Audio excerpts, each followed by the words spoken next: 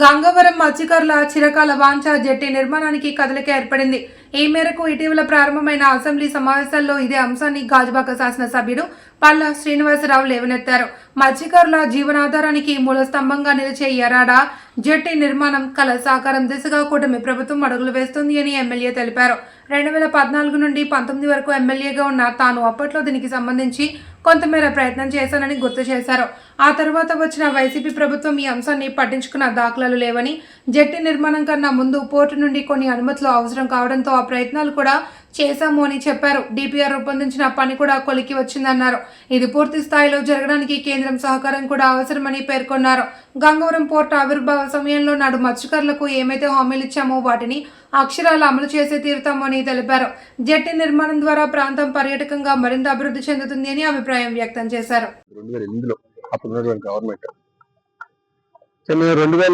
నుంచి 2000 గంగవరం పోర్టు వాళ్ళ మీద ఆర్గ్యుమెంట్ చేసేవాళ్ళు. తర్వాత తెలిసింది ఏంటంటే అది విశాఖపట్నం పోర్ట్ ట్రస్ట్ జ్యూరిడిక్షన్కి వస్తుంది.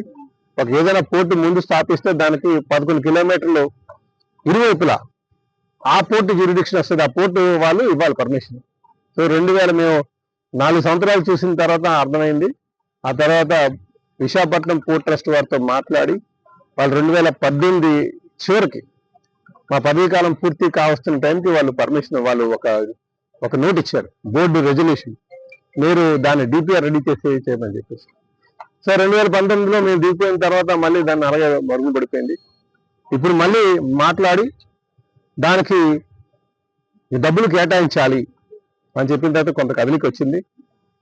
అది కేవలం ఒక మ్యారిటైమ్ బోర్డు వాళ్ళే కాకుండా సెంట్రల్ గవర్నమెంట్ ఇచ్చేటువంటి ఫండ్స్తో కూడా చేస్తే బాగుంటుంది కనుక అక్కడ ఆ యారాడ్లో దాన్ని నిర్మాణం చేస్తే రేపు టూరిజం కూడా ఉపయోగపడుతుంది. ఎందుకంటే రేపు ఎవరైనా సముద్రంలోకి వెళ్ళాలన్నా బోట్లు ఏమైనా పెట్టుకున్నా సరే ఈ బ్రేక్ వాటర్ ఉపయోగపడుతుంది. ఎందుకంటే బ్రేక్ వాటర్ యొక్క ముఖ్య ఉద్దేశం ఏంటంటే అలలు లేకుండా ఉంచడం, ఒడ్డుకి తీరానికి సులువుగా వచ్చాడు రావడానికి కోసం ఆ బ్రేక్ వాటర్ అంటాం.